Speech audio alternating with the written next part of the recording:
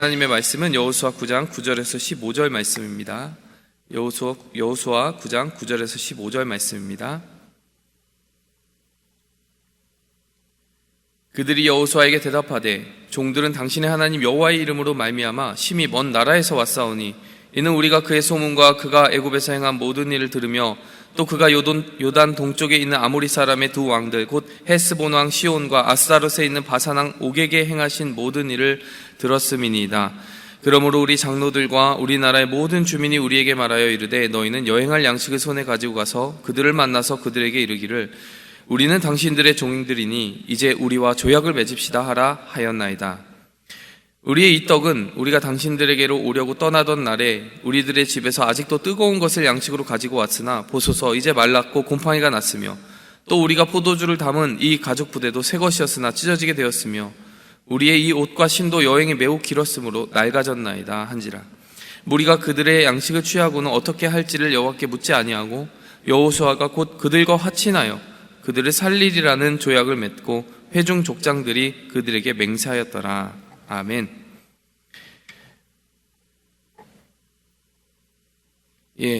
우리가 지난 시간까지 에발산에서 이루어진 그 말씀의 낭독을 보았습니다. 그리고 그 단에서 에발산, 저주를 상징하는 그 산에서 제사를 지내고 하나님의 은혜를 구하는 그 이스라엘 족속들의 모습을 보았습니다.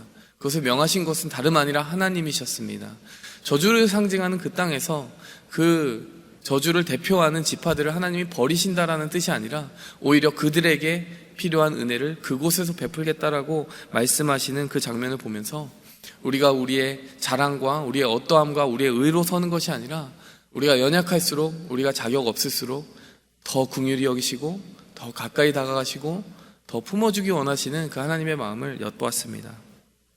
자, 이제 그 예배, 감격스러운 하나님의 말씀을 다시 한번 확인하고 하나님과 그들 간의 그 언약의 관계를 확인하고 전쟁을 이어가기 위해서 그들이 이제 창끝을 가나안 땅으로 다시 옮깁니다.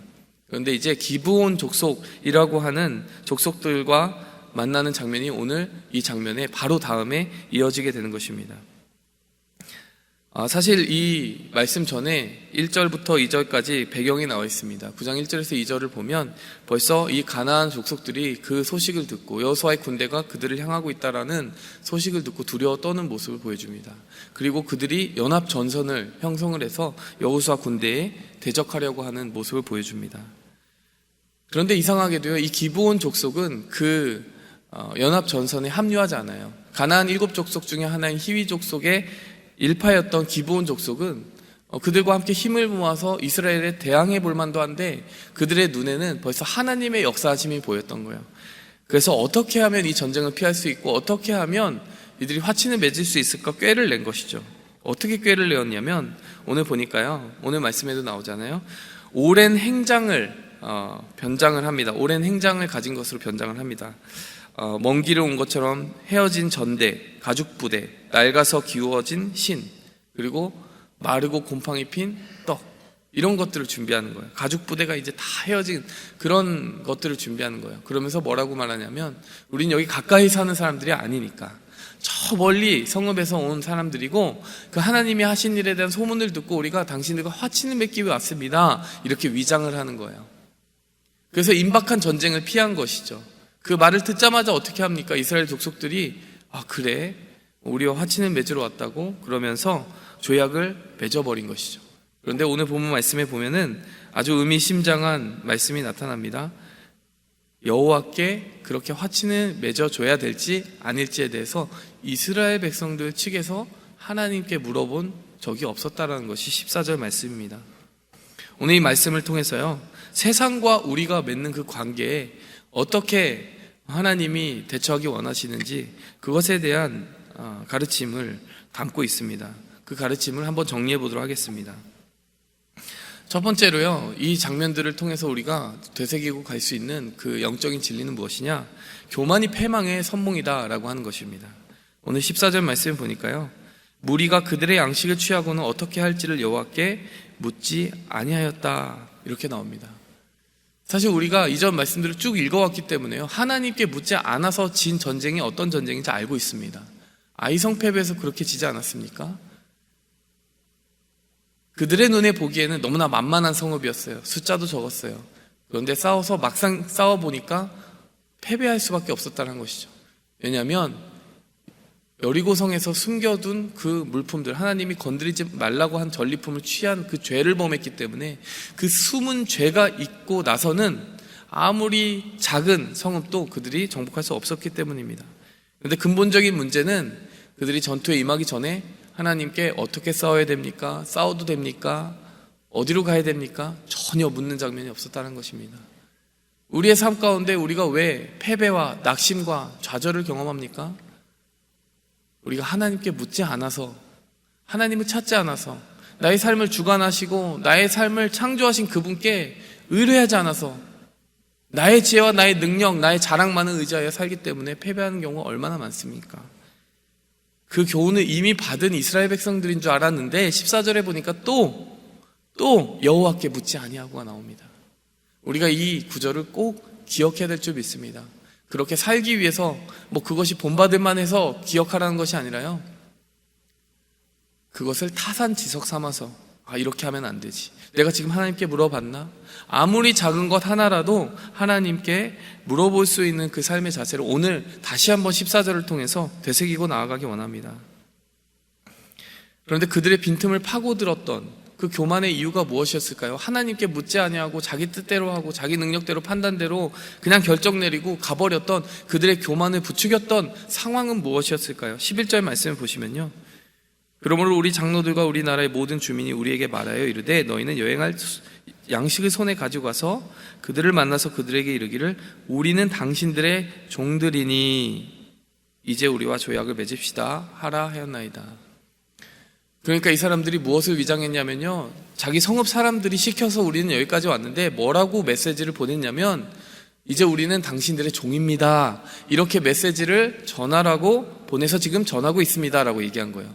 위장한 메시지가 뭐냐면 우리가 당신들의 종이 되기 위해 왔습니다 라고 이렇게 거짓말을 하고 있는 것이죠. 이 부분이 왜 그들의 교만을 부추겼을까요? 여러분이 이스라엘 백성들의 입장에서 이 말을 한번 다시 들어보시겠어요? 여러분, 그들은 불과 40년 전에 이집트에서 종살이 하던 사람들입니다. 종살이 하던 이스라엘 백성들이 누군가 와서 자기들에게 먼저 화친을 청할 뿐만 아니라 우리가 종이 되겠습니다 라고 말하는 그 말을 들었을 때 어떤 마음이 들었을까요? 뭔가 어깨가 으쓱해지지 않았겠어요? 우리가 이 정도 수준으로 올라왔네, 내가 종이었는데 누구 종을 또 부리게 생겼네, 이런 마음이 드니까요, 교만이 확 들어온 겁니다. 내가 뭐라도 된 거라고 생각한 거예요. 그래? 그러면 우리가 아량을 베풀어 줄게, 화친을 맺어주마, 이렇게 나간 게 된 거예요. 여러분, 이들이 잊어버린 것이 무엇입니까? 여러분, 이 세상에서의 싸움이 도토리 키재기처럼 사람과 정말 높낮이를 겨루는 싸움이 아니었다는 것을 잊어버린 거예요. 그들이 누가 종이고 누가 주인인지 사람들과 겨루어 그 힘을 겨루어서 판결내 싸움을 싸우고 있는 것이 아니라 그들 자신이 항상 주님 앞에 종이라는 사실을 잊어버리고 있었다는 것이죠. 여러분, 우리는요, 다른 누구보다 더 나은 삶을 살았을 때 우쭐해지거나 혹은 더 낮아진 삶을 산다고 해서 비참해질 필요가 없습니다. 그런 비교의식에 빠지지 않고 우리가 항상 주님의 종이라는 것을 잊지 않고 주님의 인도하심과 주님의 지혜를 구하지 않고서는 단 한순간도 이길 수 없다는 사실을 마음에 새기고 살아가기 원합니다. 우리 집에 출입하는 고양이가 있었다라고 했잖아요. 지금은 출입을 잘 하지 않고 음식을 이렇게 밖에 주곤 하는데요, 그 고양이 아주 큰 고양이입니다. 근데 고양이가 이제 거기 있다는 소문이 들렸는지 어떤지는 모르겠지만 작은 고양이 한 마리가 더 나타났어요.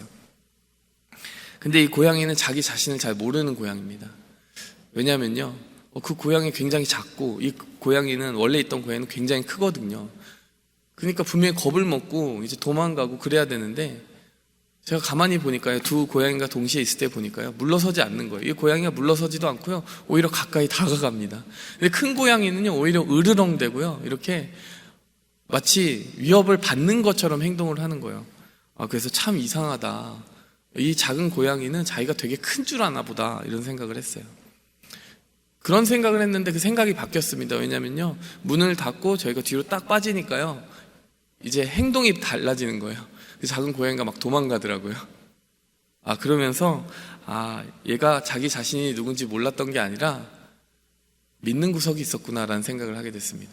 우리가 자기를 예뻐해주고 등 뒤에 서 있으니까 자기의 체급이 막 올라간 것처럼 생각을 한 거예요.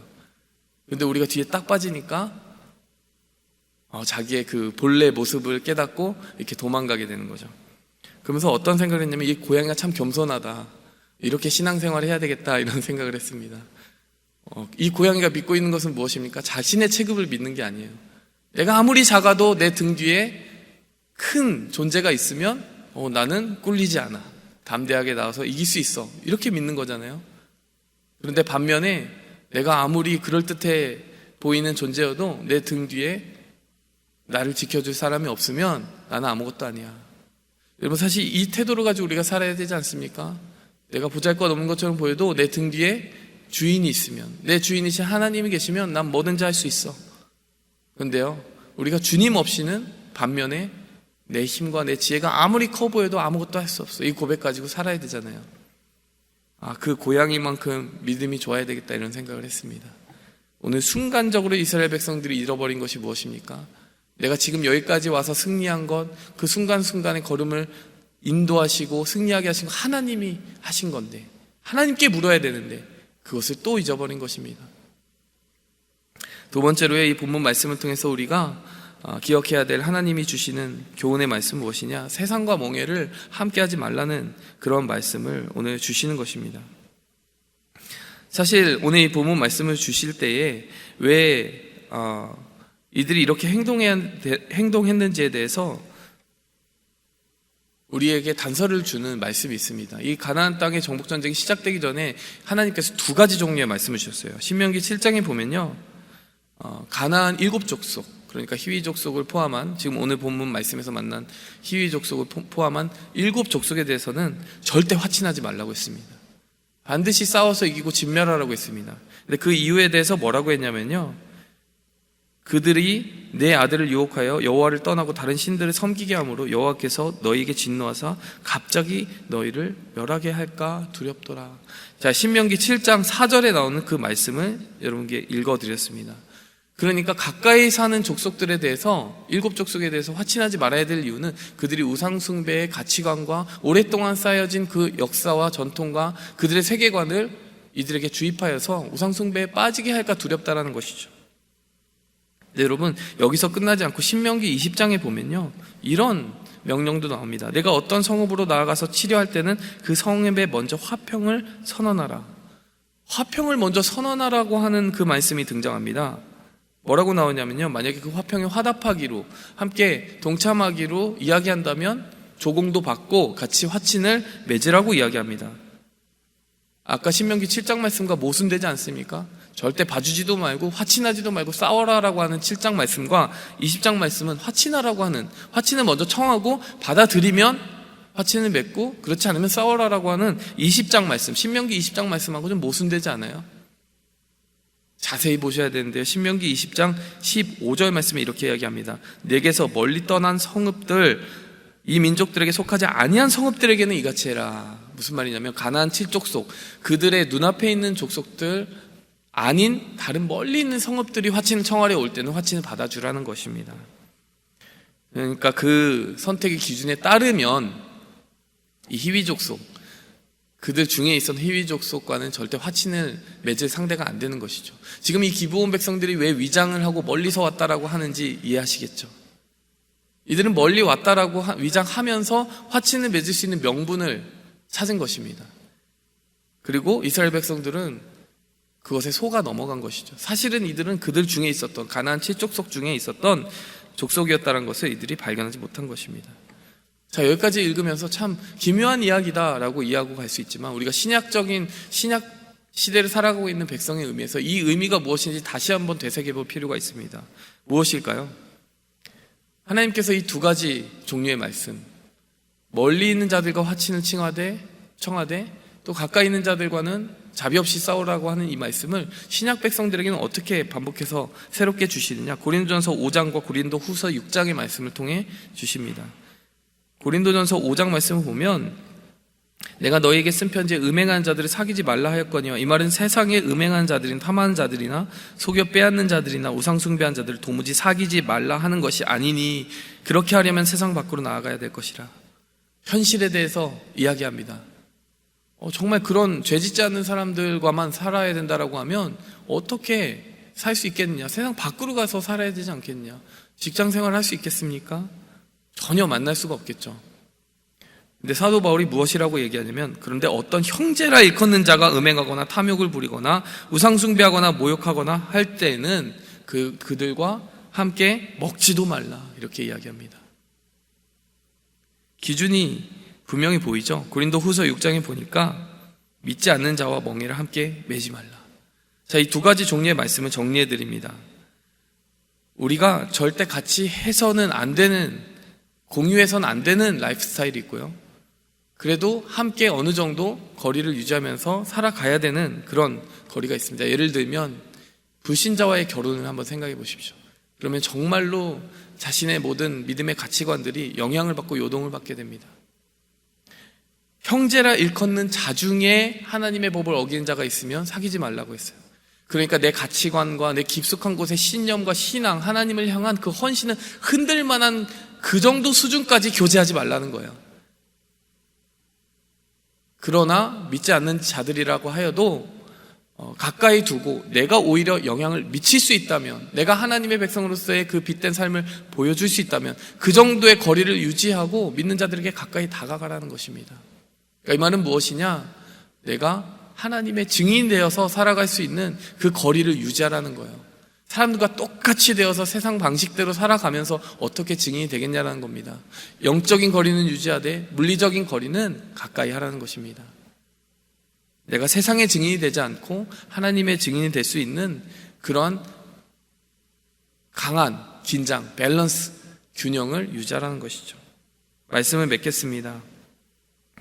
오늘 이 본문 말씀 우리에게 두 가지 교훈을 줍니다. 우리의 싸움이 우리의 힘과 지혜로 하는 싸움이 아니기 때문에 매 순간 하나님께 묻고 나가야 된다는 그 교훈을 줍니다. 또 두 번째로는요, 우리가 세상과 맺는 관계가 긴장 가운데 있다는 것을 오늘 우리에게 다시 말씀해 주고 계십니다. 우리가 우리의 영혼의 가장 깊은 곳에 절대 세상이 흔들지 말고 건드리지 말아야 될 그 신념에 대해서는 타협하지 말아야 됩니다. 그러나 세상과 가까이 하면서 그들에게 복음을 전해야 될 때는 우리가 마음을 열고 나아가 그들에게 영향을 주는, 선한 영향을 끼치는, 영향을 받지 않고 영향을 끼치는 삶의 자리로 나가야 될 줄 믿습니다. 함께 기도하겠습니다. 하나님, 우리가 세상을 이기게 도와주시옵소서. 겸손으로 이기게 도와주시옵소서. 또 거리를 조절하는 그러한 지혜로 이기게 도와주시옵소서. 예수님의 이름으로 기도하였습니다. 아멘. 하늘에 계신 우리 아버지여, 이름이 거룩히 여김을 받으시오며 나라의 임하옵시며 뜻이 하늘에서 이룬 것 같이 땅에서도 이루어지이다. 오늘날 우리에게 일용할 양식을 주옵시고 우리가 우리에게 죄 지은 자를 사하여 준 것 같이 우리 죄를 사하여 주옵시고 우리를 시험에 들게 하지 마옵시고 다만 악에서 구하옵소서. 대개 나라와 권세와 영광이 아버지께 영원히 쌓옵나이다. 아멘.